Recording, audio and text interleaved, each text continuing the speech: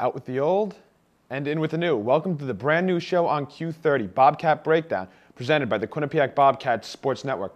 We're going to discuss everything dealing with Bobcat athletics, from big games to pressing issues. This is your place for it. I'm your host, Zack Daly, and I am joined by three of the Quinnipiac Bobcat Sports Network most knowledgeable experts we have, starting with Nick Dench. Nice to be here. Great way to spend my last day at the age of 20. Early happy birthday to you, by the way, Nick. Shane Doyle. Glad to be here. And finally back from Ireland, Taylor Massey. Hello, so nice to be on U.S. soil once again, and thank you for having me, Zack. Well, guys, let's start breaking it down.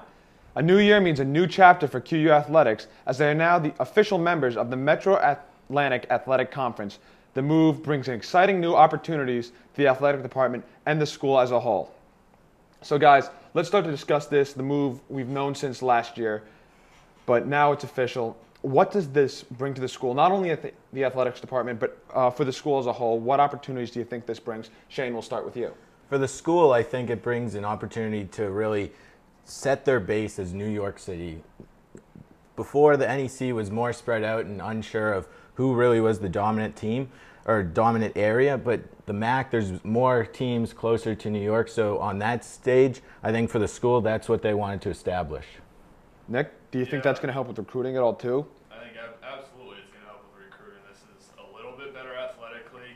You see sometimes two teams getting in basketball with an at-large bid, and I mean, Shane hit it right on the head. It's going to really help cement the spot as a tri-state school, not so much a New England school. There was only one team outside of the tri-state area or Pennsylvania in the NEC, which was Bryant.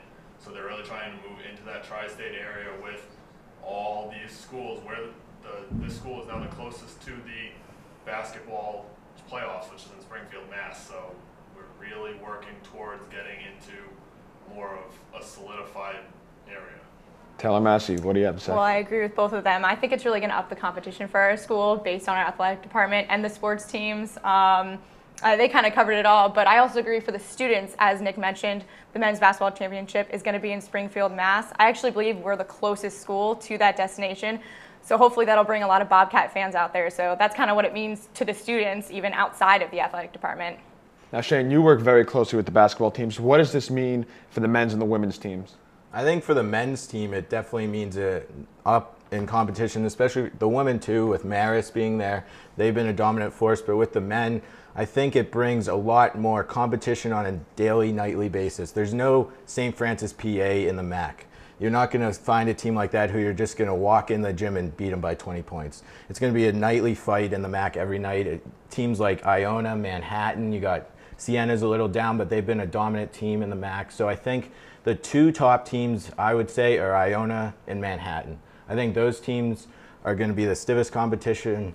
Iona's been to the tournament 2 years in a row, and then Manhattan brings back a lot of players. They got a transfer from Maryland, their senior guard, George Bahinen's back from injury, so I think that's going to be interesting going forward to see how that develops, because it's definitely, now it's a mid-major, it's not a low-major conference like you could say the NEC might be.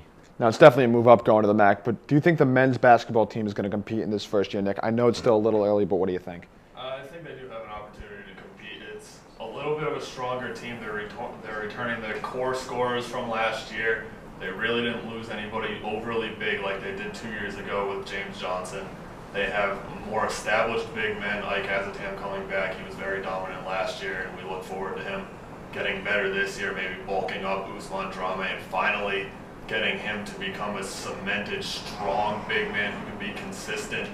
Umar Shannon's going to be a huge pickup transfer from St. Francis, Pennsylvania. They have a very good incoming freshman class, and a lot of players didn't leave, so they have a lot of guys who know what's going on in the program now, and they know what the coaching staff is expecting from them. All right, Taylor, we all know what this does for the basketball teams, but what Quinnipiac athletics team, other than the men's and the women's basketball team, is going to benefit, in your opinion, most from the move? I'm actually going to go with the field hockey team.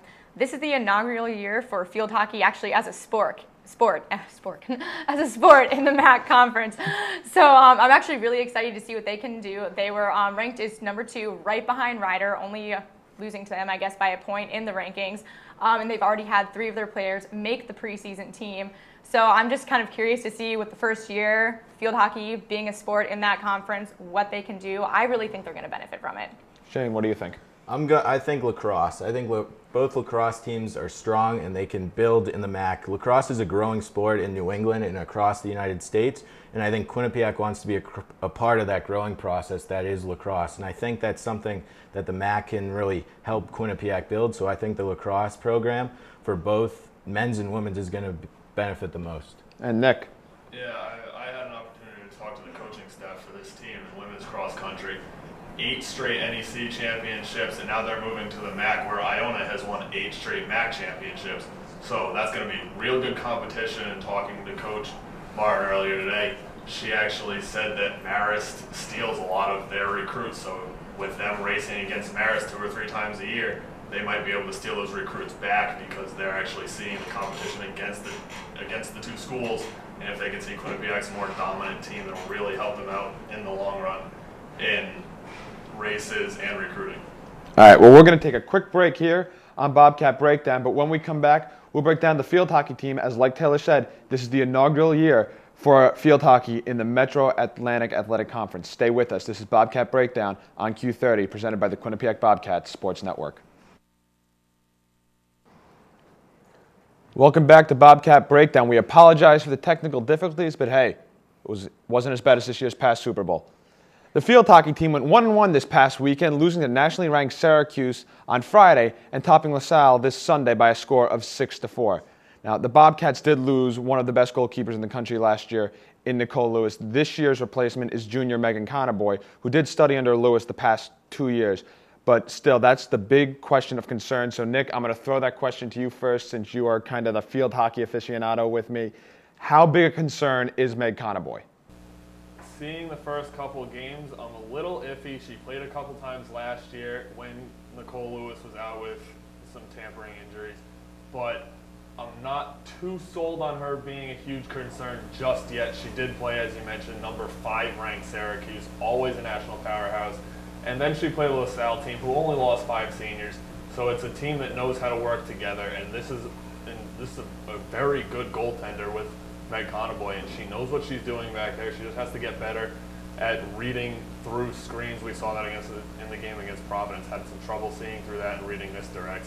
So a couple things she needs to work on, but easily fixed with some work. Shane, what do you think?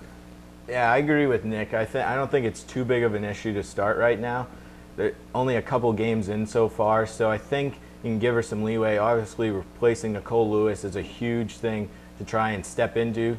So maybe she's still trying to get adjusted in that adjustment phase right now. So I think you got to give her a little more of a free pass for right now. And if it continues, then maybe if it gets worse, then obviously it could become a problem. But right now I don't see it as a huge issue. Taylor? I think I'd be a little bit more concerned than both Nick and Shane are saying. But then again, I'm not the field hockey aficionado. You like the hockey of the ice variety. Yes, exactly. But I mean, when you look at it, she's barely had any time in goal already. I mean, she's a junior, and I think she's spent a total of 185 minutes in goal so far. She has been studying over Nicole Lewis, and hopefully some of the skills that she's seen from her over the past couple years will transfer into her play this season. But I guess we're just going to have to wait and see. All right, well, the offense really isn't a question for the Bobcats. It's probably the most solid component of their team this year. When you have forwards with like Jess Rusin, Danielle Allen, Kristen Engelke, you're going to be scoring some goals. How is anyone going to be able to stop this, especially in the MAAC this year? Because it was hard for them to stop last year. Jess Rusin has a chance to set the all-time program goal record this year. Shane, we'll start with you. What do you think of the offense? I think it's got a great chance to be phenomenal. Like you said, Jess Rusin. So I think that this Bobcats offense has a great chance to really kind of pick up the defense and Connerboy in the back if she struggles a bit going forward. So I think that if the offense can produce it, might take the pressure off her in the back and maybe give her some leeway to play her game and be more confident back there. I mean, we saw it this week, and the Bobcats offense scored 6 goals against LaSalle. But do you think that the offense is going to have to carry this team with Connerboy in net, Nick? Yeah, I think they probably will have to. This is a very young goalkeeper. The defense should help out a little bit with all of that because it is the same defensive core they had last year, and they're adding a good defensive midfielder in Leah Dietrich's. Coming over from Germany, we've seen good things from her so far, and she's been very strong, already getting her first career assist. So this is a team that's going to be relying a lot on offense, but Jess Rusin, as you mentioned, is very close to breaking that record. She scored 2 against LaSalle, so she only needs 8 goals, and she's got the entire season to do it. You have Kristen Engelke, who's really upped her skill set from last year. She's shown leaps and bounds of getting better, both stick handling and putting the ball in the net. And then you have Danielle Allen, who's scored 12 career goals, and last year was ridden with injuries also. So it's a very strong offense that they will be relying on a lot this year. Taylor? Man, what more can you say after both of them? I think Nick over here has really covered it. But I agree. I think the offense is really going to take them far this season. When you go down the roster looking at the offense on this team, it's almost entirely juniors and seniors. You have a very large veteran offense here. They know what they're doing. They've been playing college field hockey in a decent league, and I think maybe this year will be the year for a championship. We'll have to see how far they go. We'll find that out on November 9th. We're going to take another quick break, definitely a lot briefer than the last one, but when we come back, we'll be talking about both the men's and women's soccer team. Also, we'll have the lightning round. Stay with us. Welcome back to Bobcat Breakdown. Last year, the men's soccer team shocked everyone and won the NEC regular season championship. But this year, they've lost a lot of talent. Philip Surprise, Robbie McClarney, a lot of their key offensive scorers. So my question to you guys is, where's the offense going to come this year? Shane? I think it's going to be Michelle Baker, Ola Ogunjobi, and maybe a name that might be out of nowhere, but Justin Ward. He's a junior. Maybe he can step in and provide a little scoring punch, because I don't think Michelle Baker and Ogunjobi can carry the whole load. So I think maybe someone out of nowhere can come and help this team offensively. Taylor? I actually think it's going to come from Michelle Baker, as Shane already mentioned, and also Simon Hind. He's already had 2 goals this season, and I don't see him stopping anytime soon. I hope he doesn't stop anytime soon. Also, Ola Ogunjobi. We haven't seen anything from him yet this season, though they've only had 2 games. But he's kind of he's a little inconsistent, but I think hopefully we'll see some more from him later in the season. Now, Nick, do you think that the losses are going to be a problem for this team this year, or are they going to be able to pick it up and score goals? Because you know the defense is going to be fine. I think it's going to be a problem for this team this year, in the reverse effect it would be for the field hockey team. Field hockey is struggling defensively with their goaltending. The soccer team is going to struggle mightily offensively. They really had 4 or 5 solid go-to guys every single game if they needed a goal last year. This year they might have 2 with Simon Hind and Michelle Baker, and then every once in a while you can get Ola Ogunjobi to give you a goal off the bench. Defense is going to have to be this team's strong suit. And, I mean, they're returning just about their entire defense from last year, so that shouldn't be too big of an issue for them, and it hasn't been so far this year. Their defense, like I said, is definitely going to be the strong point, and it's led by their junior goalkeeper, Borja Goita. Do you think he has a chance to be MAAC Player of the Year? We saw what he could do last year.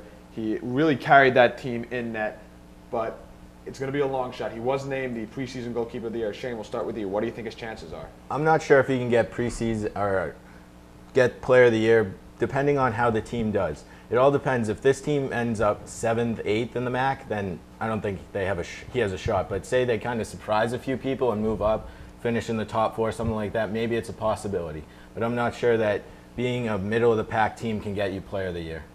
Nick? Yeah, I don't think he can win player of the year, but more so because he is a goaltender. In soccer, you're only going to see maybe 7 shots at the most a game, and that's a lot. So it's going to rely a lot on scoring. Player of the year is always a midfielder or a forward. So it's hard to win it as a goalie just because of the limited amount of time you see with the ball actually coming your way. Taylor?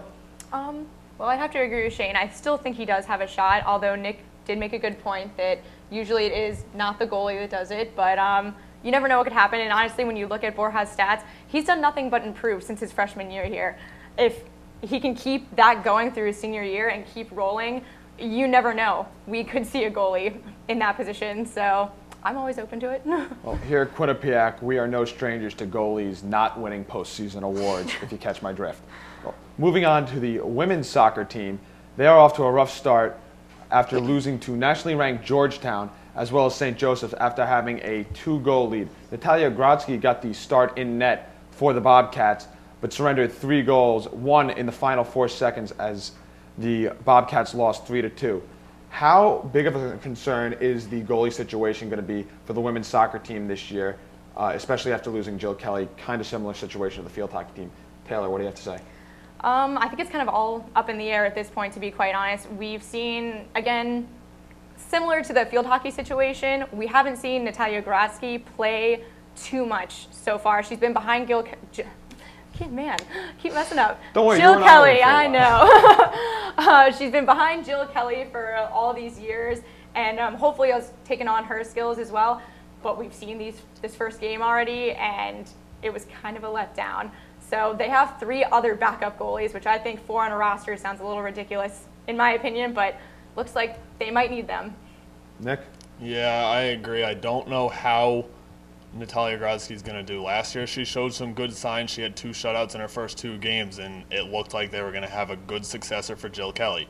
But now you see it, and yes, one of the goals was a penalty kick, so it's not her fault.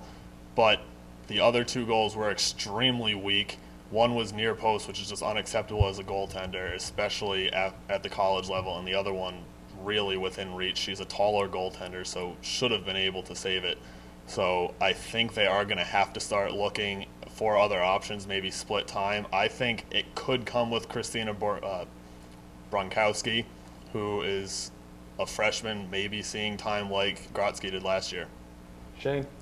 I think that it's going to be by committee for the rest of this season, or for the near future at least, because right now they're just trying to find someone who can substantially stay in there and play well. And I think that if Grodzki's not going to be that person, then coach has to look somewhere else. And I think that he might just give everyone a chance at going forward, because you never know what you have until that person's played. So I think it's a possibility of them just rolling, trying to find a hot goaltender. Well, you guys kind of answered my next question, so I thought, Taylor, do you think that it's going to be a goalie by committee for the rest of the year, or is someone going to nail down the starting job? I think it's incredibly difficult to tell at this point. To be quite honest, what we've seen from Grodzki right now, I said in the beginning, it's really up in the air. And like Shane said, I think they're just going to ride the hot goaltender. Now, Nick, I'll throw this question to you. Grodzki had a lot of trouble clearing the ball past midfield the other day against St. Joseph's, and that's actually what led to the leading goal, turnover at midfield of failed Grodzki clear. They got to improve on that. Do you think they can if they switch to another goalie? What do you got? I don't think it's so much switching to another goalie that will be able to single-handedly get it out. A lot of goaltending is distribution. She needs to work on finding the open player. It's not necessarily a punt over midfield every time. If your defender's open, get it to them, work it out quicker. It's a lot easier to get it out with control if you distribute short, as opposed to punting it over midfield and letting the ball get headed back like it did in the St. Joe's game that led to the game-winning goal. All right, time for the lightning round here on Bobcat Breakdown. I'm going to ask each one of you a question. You're going to answer it in turn. First answer that comes to your head, just going to throw it out there. Ready, set, go. Most valuable QU fall athlete, Nick. Jess Rusin. Taylor. Still my answer, just Rusin. And Shane. Borja and Goita. All right, next question, starting with Shane. Best fall coach. Eric DaCosta. Taylor. I just keep having to be Eric DaCosta. And Nick. Coach Martin, the cross-country team. All right, and Quinnipiac team most likely to win a championship in the MAAC in the fall, Taylor. Field hockey. Nick. Women's cross-country. Shane. Cross country. All right, good answers, all different. That's what we like here on Bobcat Breakdown, a little bit of variety. Well, that's going to do it for us here on Bobcat Breakdown. Before we go, we want to thank all of you for tuning in. I would like to thank these 3 panelists for joining me. For everyone behind the crew, thank you for all the work you're doing. If you want to tweet us questions, we will answer one on the show next week. Tweet a question at us about QU athletics to either at QBSN or at Q30 Sports. We'll pick one, like I said, to answer next week. Again, for all of us behind the scenes and on camera, thank you for joining us. You've been watching Bobcat Breakdown on Q30, presented by the Quinnipiac Bobcat Sports Network.